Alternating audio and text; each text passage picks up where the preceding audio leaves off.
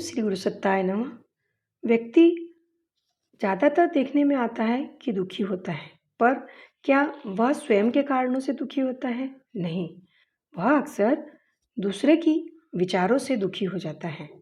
आइए जानते हैं। तुम चिंतित हो, किसी ने तुमसे अपशब्द कहा है जो तुम्हारे मर्म स्थल पर व्यंग्यबाण से लगा है और तुम्हें खिन्न कर गया है। तुम इसके अशुभ संकेत को सही मान बैठे हो और दुख सागर में डूब गए हो। यह तुम्हारी इच्छा शक्ति की कमजोरी है जो दुख का एक कारण बनकर मन पर खराब हो गई है। क्या तुम दूसरों के विचारों के दोषी हो? तुम्हारा मित्र तुमसे हंसता बोलता था, साथ साथ रहता था, एकाएक किसी छोटी सी बात पर तुम्हारी बात बिगड़ गई। न मित्र बोलता है न तुम स्वयं बोलते हो। मन पर भारी बोझ है। तुम्हारी पत्नी तुमसे अप्रसन्न है। जब वह तुमसे बोलती हंसती या वार्तालाप करती थी तो तुम अपने आप को बेहद भाग्यशाली समझते थे। आज वह अप्रसन्न है तो तुम्हें समस्त संसार थोथा, अस्थिर और सुना सुना सा प्रतीत होता है। खाना पीना अच्छा नहीं लगता, किसी से बातें करनी अच्छी नहीं लगती, मन उदास है।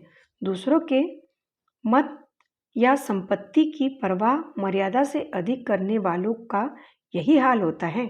जो व्यक्ति स्वतंत्र विचार नहीं रखते, जैसा दूसरे कहते हैं वैसा ही मानकर कभी यह कभी वह किया करते हैं, वे अपने सुख दुख, आशा और निराशा और उत्साह के लिए पग पग पर दूसरों के संकेतों की प्रतीक्षा किया करते हैं।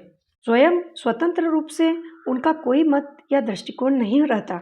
वे दूसरों के विचारों के दास है। एक पुरानी कहानी है। एक बार एक मूर्ख कहीं बकरी ले जा रहा था। 3 चतुर चोरों ने उससे बकरी ठगने की योजना बनाई और थोड़े थोड़े अंतर पर खड़े हो गए। जब वह मूर्ख एक के पास एक से गुजरा तो पहला चतुर बोला, अरे भाई, इस कुतिया को कहाँ लिए जाते हो? यह गंदी है, छोड़ो इसे। मूर्ख ने कहा, अरे यह तो दूध देने वाली बकरी है। वह आगे बढ़ा तो दूसरा ठग मिला जिसने पुनः वही पहले वाली बात दोहरा दी। मूर्ख दूसरे के विचारों से परिचालित था। तीसरे ठग ने वही बात कही तो उसे यह निश्चित हो गया कि वह बकरी नहीं कुतिया है। वह उसे छोड़कर आगे बढ़ गया। यही हाल है दूसरों के मत पर चलने वालों का। स्वयं अपना पथ चुनो। दूसरे अपनी परिस्थिति एवं वातावरण से परिचालित होते हैं। दूसरे लोग तुम्हारे ऊपर अपने अच्छे बुरे विचारों का जादू चलाकर तुम्हारे व्यक्तित्व की परीक्षा लिया करते हैं। वे यह परीक्षा करते हैं कि तुम स्वतंत्र विचारक हो या दूसरे के इशारे पर नाचने वाले कमजोर प्रकृति के मनुष्य। अपने आंतरिक सुख का केंद्र भाई बहन पत्नी पिता माता मित्र अफसर प्रजा श्रोता इत्यादि किसी को मत बनाओ। जितना ही हो, ये लोग तुमसे दुर्व्यवहार करेंगे, तुम्हें आंतरिक पीड़ा होगी। यह संभव नहीं कि ये सब लोग सदा सर्वदा तुमसे प्रसन्न या संतुष्ट ही रहे। अतः सुख का केंद्र अपनी अंतरात्मा को ही मानने में पूर्ण संतोष है और स्थायी सुख प्राप्त हो सकता है। तुम यह समझो कि तुम अकेले हो, दूसरा कोई तुम्हारे साथ चलने वाला यात्री नहीं है। अल्पकाल के लिए कुछ व्यक्ति तुम्हारे साथ हो लिए हैं जो कुछ समय बाद अपनी अपनी राह लेंगे और तुम्हें नितांत अकेला छोड़ देंगे। तुम क्यों उन पर तथा उनके विचारधारा पर इत्यादि निर्भर रहते हो?